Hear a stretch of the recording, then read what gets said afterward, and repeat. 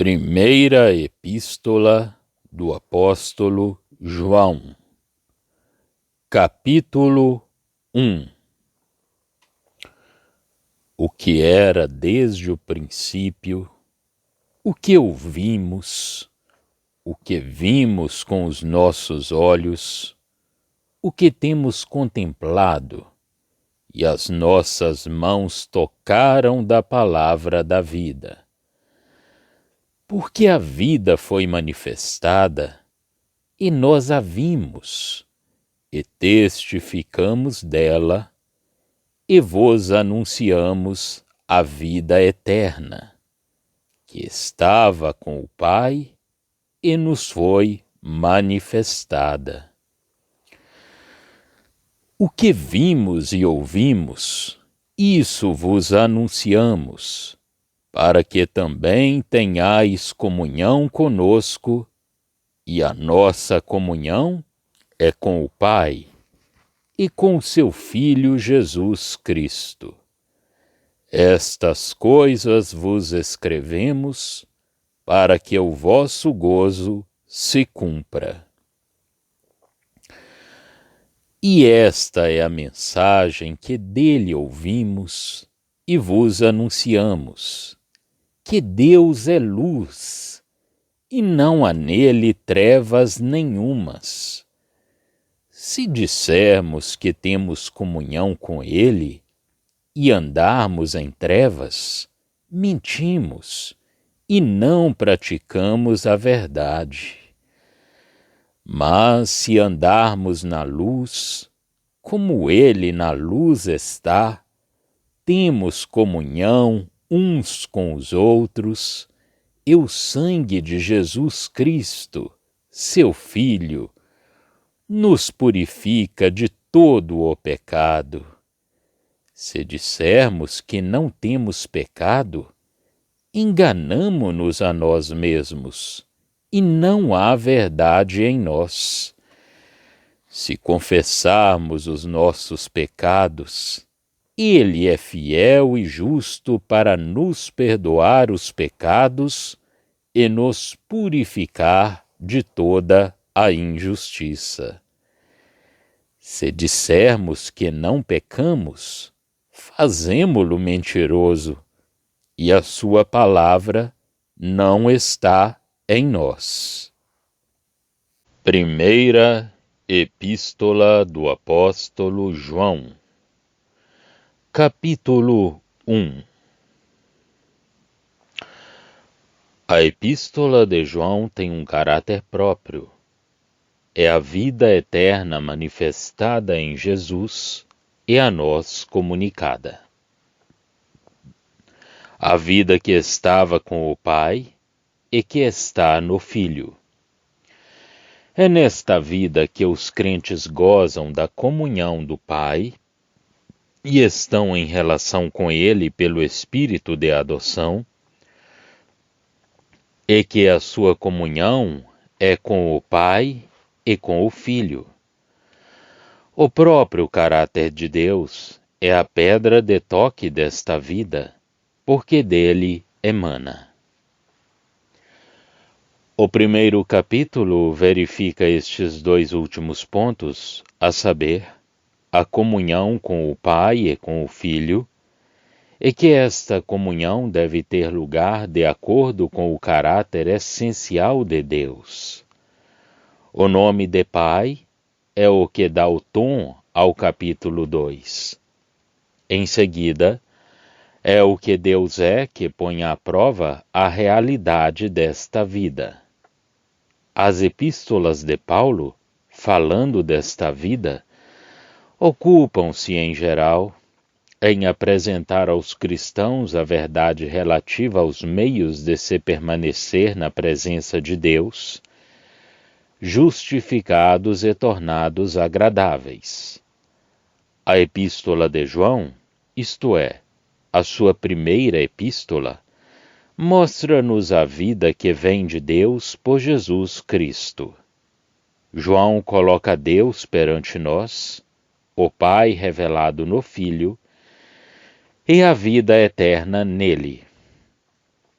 Paulo coloca-nos perante Deus, agradáveis em Cristo. Falo daquilo que os caracteriza. Cada um deles aflora respectivamente o outro ponto. Ora, esta vida é tão preciosa, manifestada como é na pessoa de Jesus, que a epístola que nola mostra tem, sob este ponto de vista, um encanto muito particular.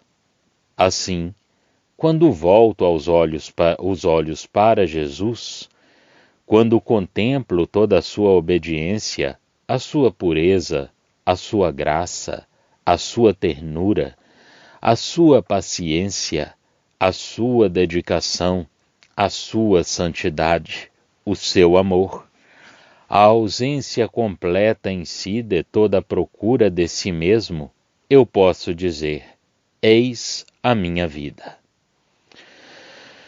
É uma imensa graça. É possível que esta vida esteja obscurecida em mim, mas não é menos verdade que é a minha vida. Oh, quanto eu a aprecio quando a contemplo assim! Quanto eu bendigo a Deus! Que descanso para minha alma! Que pura alegria para o meu coração! Ao mesmo tempo, o próprio Senhor Jesus é o objeto dos meus afetos, e todas as minhas afeições são formadas de harmonia com esse santo objeto. Tudo isto é, moralmente, muito importante. É enquanto isso está nele, e não em mim mesmo, que eu me regozijo e faço as minhas delícias. Mas voltemos à epístola. Havia, quando João escrevia, muitas pretensões a novas luzes, a vistas mais amplas e mais claras.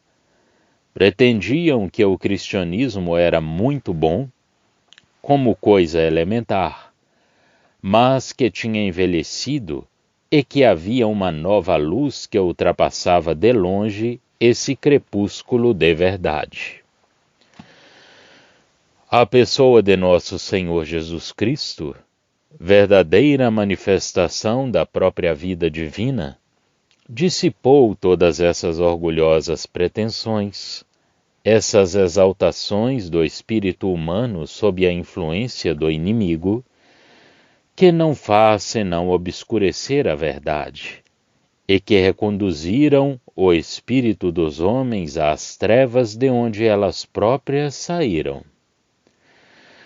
O que era desde o princípio do cristianismo, isto é, na pessoa de Cristo, o que eles tinham ouvido, o que eles tinham visto com os seus próprios olhos, o que tinham contemplado, o que tinham tocado com as suas próprias mãos da palavra da vida, eis o que o apóstolo declarava. Porque a própria vida tinha sido manifestada. Esta vida que estava com o Pai tinha sido manifestada aos discípulos. Poderia haver algo de mais perfeito, de mais excelente? Poderia haver um desenvolvimento mais admirável aos olhos de Deus que o próprio Cristo, que esta vida que estava no seio do Pai, manifestada em toda a sua perfeição na pessoa do Filho? Logo que a pessoa do Filho é o objeto da nossa fé, sentimos que a perfeição teve de estar no princípio. A pessoa do Filho, vida eterna manifestada em carne, tal é, pois, o tema desta epístola. Por consequência, a graça deve ser considerada aqui no que diz respeito à vida, enquanto Paulo a apresenta em relação com a justificação. A lei prometia a vida como consequência da obediência, mas a vida veio na pessoa de Jesus, a vida em toda a sua perfeição divina, na sua manifestação humana. Oh, Como é preciosa esta verdade, que esta vida, tal como era junto do Pai, tal como era em Jesus, nos é dada. E em que relações ela nos coloca, pelo poder do Espírito Santo, com o Pai e com o próprio Filho. É isto o que o Espírito nos apresenta em primeiro lugar. Note-se como tudo é graça aqui. Mais à frente, o apóstolo põe bem à prova todas as pretensões à posse da comunhão com Deus, mostrando o próprio caráter de Deus, caráter do qual ele não pode nunca afastar-se. Todavia, antes de abordar esta questão, ele apresenta o próprio Salvador e a comunhão com o Pai e com o Filho, por este meio, sem questão e sem modificação. É a nossa posição e a nossa alegria eterna. O apóstolo tinha visto esta vida, tinha-a tocado com as suas próprias mãos, e escrevia aos outros anunciando-lhe, a fim de que eles tivessem comunhão com ele no conhecimento da vida que tinha sido assim manifestada. A vida foi manifestada. Portanto, já não temos de a procurar, de andar às apalpadelas atrás dela, nas trevas. Já não temos de sondar a aventura, o vago ou a obscuridade dos nossos próprios corações para encontrarmos. Já não temos de trabalhar sem frutos sob a lei para a obtermos. Temo-la. Ela está revelada. Está lá, em Jesus, o Cristo. E aquele que possui Cristo, possui a vida. Ora, visto que esta vida era o Filho, não podíamos conhecê-la sem conhecer o Filho, isto é, o que ele era, sem entrarmos nos seus pensamentos e sentimentos. De outro modo, ele não é realmente conhecido. Era assim que nós tínhamos comunhão com ele, com o Filho. Fato precioso, entrar nos pensamentos, em todos os pensamentos, e nos sentimentos do Filho de Deus, vindo em graça, e isto em comunhão com ele, isto é, não só conhecendo esses pensamentos e esses sentimentos, mas também partilhando-os com ele. Com efeito, é a vida. Mas nós não podemos ter o Filho sem termos o Pai. Quem o tinha visto a ele, tinha visto o Pai. E, por consequência, quem tinha comunhão com o Filho, tinha comunhão com o Pai, porque os seus pensamentos e os seus sentimentos eram os mesmos. Ele está no Pai, e o Pai está nele. Portanto, nós temos comunhão com o Pai. E isto é também verdade considerando este assunto sob um outro ponto de vista. Sabemos que o Pai acha todas as suas delícias no Filho. Ora, ele concedeu-nos, ao revelar-nos o Filho, que encontrássemos nós também, fraquinhos como somos, as nossas delícias nele. Eu sei, quando encontro as minhas delícias em Jesus, na sua obediência, no seu amor por seu Pai e por nós, no seu olhar simples e no seu coração perfeitamente dedicado, que tenho os mesmos sentimentos, os mesmos pensamentos que o próprio Pai. Nisto o Pai encontra as suas delícias, e não pode senão achar as suas delícias naquele em quem eu encontro agora as minhas. Tenho comunhão com o Pai. É assim a respeito do Filho no conhecimento do Pai. Tudo isto decorre, quer sob um ponto de vista, quer sob o outro, da pessoa do Filho. Nisto se cumpre a nossa alegria, que poderíamos nós ter mais, além do Pai e do Filho?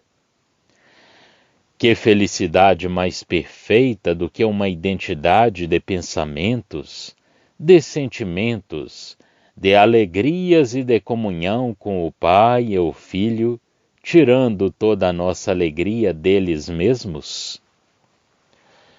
E se nos parecer difícil de crer, lembremo-nos de que, embora em boa verdade, nem poderia ser de outro modo, porque, na vida de Cristo, o Espírito Santo é a fonte dos meus pensamentos, dos meus sentimentos, da minha comunhão, e Ele não pode dar pensamentos diferentes dos do Pai e do Filho. Eles devem ser os mesmos na sua natureza. Dizer que são pensamentos de adoração, isto sucede na própria natureza das coisas, e não serve senão para os tornar mais preciosos. Dizer que são fracos e muitas vezes complicados, enquanto que o Pai e o Filho são divinos e perfeitos, é, na verdade, dizer que o Pai e o Filho são Deus, são divinos, e que nós somos fracas criaturas. Isto, seguramente, ninguém o negará. Mas, se o Espírito Santo deles é a fonte, devem ser semelhantes quanto à sua própria natureza. Tal é, pois, a nossa posição cristã neste mundo, no tempo, pelo conhecimento do Filho de Deus, como diz o apóstolo: estas coisas vos escrevemos, para que o vosso gozo se cumpra. Mas aquele que era a vida, que vinha do Pai, trouxe-nos o conhecimento de Deus. Veremos que, quando nos seus escritos João trata da graça para conosco, ele fala do Pai e do Filho. Quando se trata da natureza de Deus ou da nossa responsabilidade, ele diz Deus. João 3 e 1 João 4 podem parecer exceções, mas não o são. É o que Deus é, como tal, e não uma ação pessoal e uma relação em graça. O apóstolo tinha ouvido dos seus lábios o que era Deus, conhecimento de inestimável valor que sonda o coração. É isto também João o anuncia da parte do Senhor aos fiéis. Eis a mensagem que tinha ouvido dele, a saber, Deus é luz, e não há nele trevas nenhumas. Quanto a Cristo, ele falava do que sabia e dava testemunho do que tinha visto. Ninguém subiu ao céu, senão o que desceu do céu. Ninguém tinha visto a Deus. O Filho unigênito, que está no seio do Pai, esse o fez conhecer. Ninguém tinha visto o Pai, exceto aquele que era de Deus. Ele tinha visto o Pai. Por isso ele podia, de seu próprio e perfeito conhecimento, revelá-lo. Quem o tinha visto a ele, tinha visto o Pai. Mas aqui o apóstolo fala de uma mensagem e da revelação da sua natureza.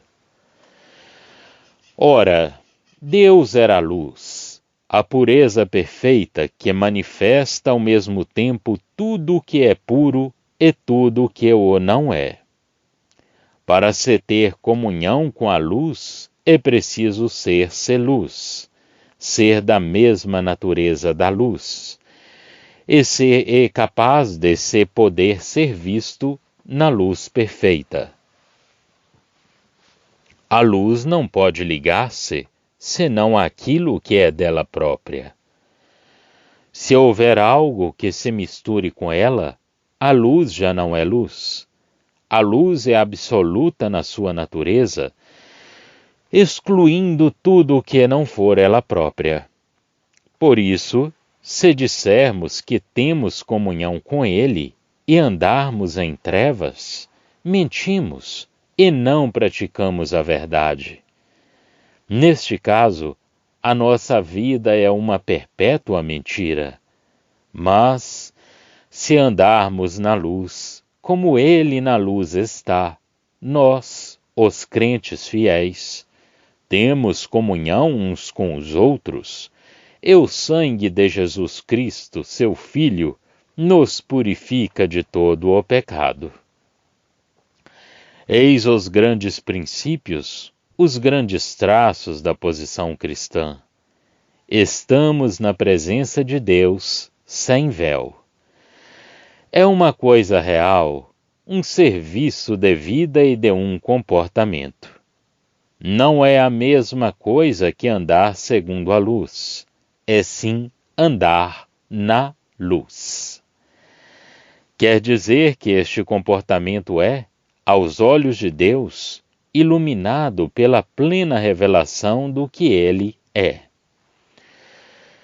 Isto não quer dizer que não haja pecado em nós, mas andando na luz, estando a nossa vontade e a nossa consciência na luz, como Deus está na luz, tudo o que não responder à luz é julgado. Moralmente, vivemos e andamos no sentimento de que Deus está presente e como conhecendo-o. Assim, nós andamos na luz. A regra moral da nossa vontade é o próprio Deus, Deus conhecido.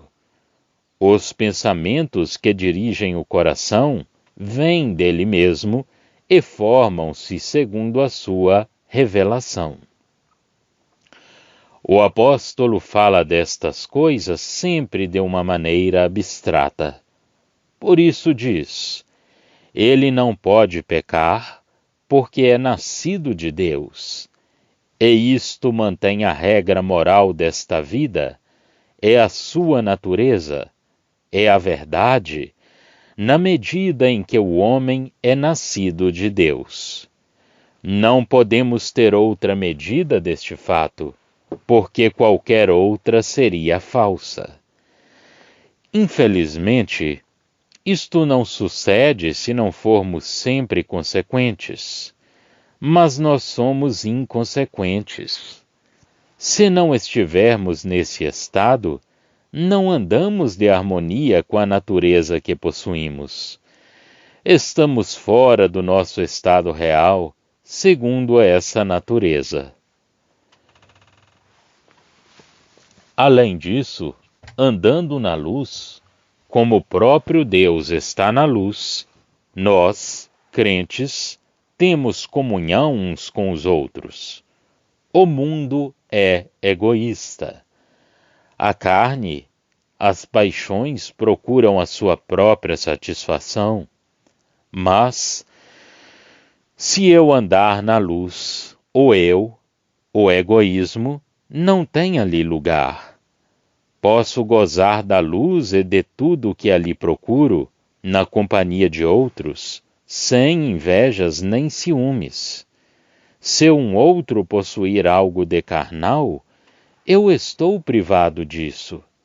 Andando na luz, possuímos em conjunto o que Ele nos dá, e gozamos mais se participarmos nisso juntos. Isto é uma pedra de toque para tudo o que é da carne. Quanto mais estivermos na luz, mais gozaremos com outros que ali estejam. O apóstolo, como dissemos, apresenta isso de uma maneira abstrata e absoluta. É o modo mais correto para se conhecer a própria coisa. O resto é apenas uma questão de realização. Em terceiro lugar, o sangue de Jesus Cristo, seu Filho, nos purifica de todo o pecado. Andar na luz, como Deus está na luz, ter comunhão uns com os outros, ser purificado de todo o pecado pelo sangue de Cristo, eis as três características da posição cristã. Sentimos bem a necessidade que temos da última porque, andando na luz, como Deus está na luz, e, bendito seja Deus, com uma revelação perfeita que nos deu de si mesmo, com uma natureza que o conhece, que é capaz de o ver espiritualmente, como o olho é feito para apreciar a luz, porque nós participamos da natureza divina, não podemos dizer que não temos pecado. A própria luz nos contradiria. Mas podemos dizer que o sangue de Jesus Cristo nos purifica perfeitamente de todo o pecado. Não nos é dito, purificou, nem purificará. Não é questão de tempo, mas sim de eficácia. Tal como eu poderia dizer que determinado medicamento cura a febre, trata-se da sua eficácia.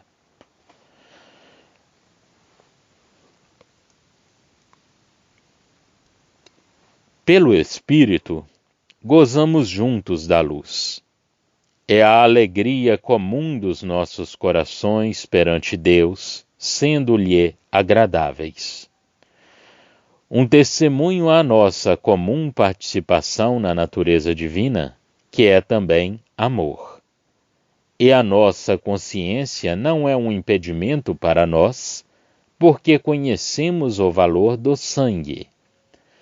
Não temos consciência do pecado em nós diante de Deus, embora saibamos que Ele está em nós. Mas temos o sentimento de estarmos purificados dele pelo sangue de Cristo. Todavia, esta mesma luz, que nos mostra tudo isso, impede-nos, se estivermos nela, de dizer que não temos pecado em nós.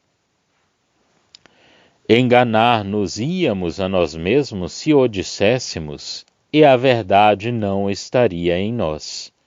Porque, se a verdade estivesse em nós, se esta revelação da natureza divina, que é luz, Cristo, a nossa vida, estivesse em nós, o pecado que está em nós seria julgado pela própria luz. Se o não for, esta luz, a verdade que diz as coisas como elas são, não está em nós.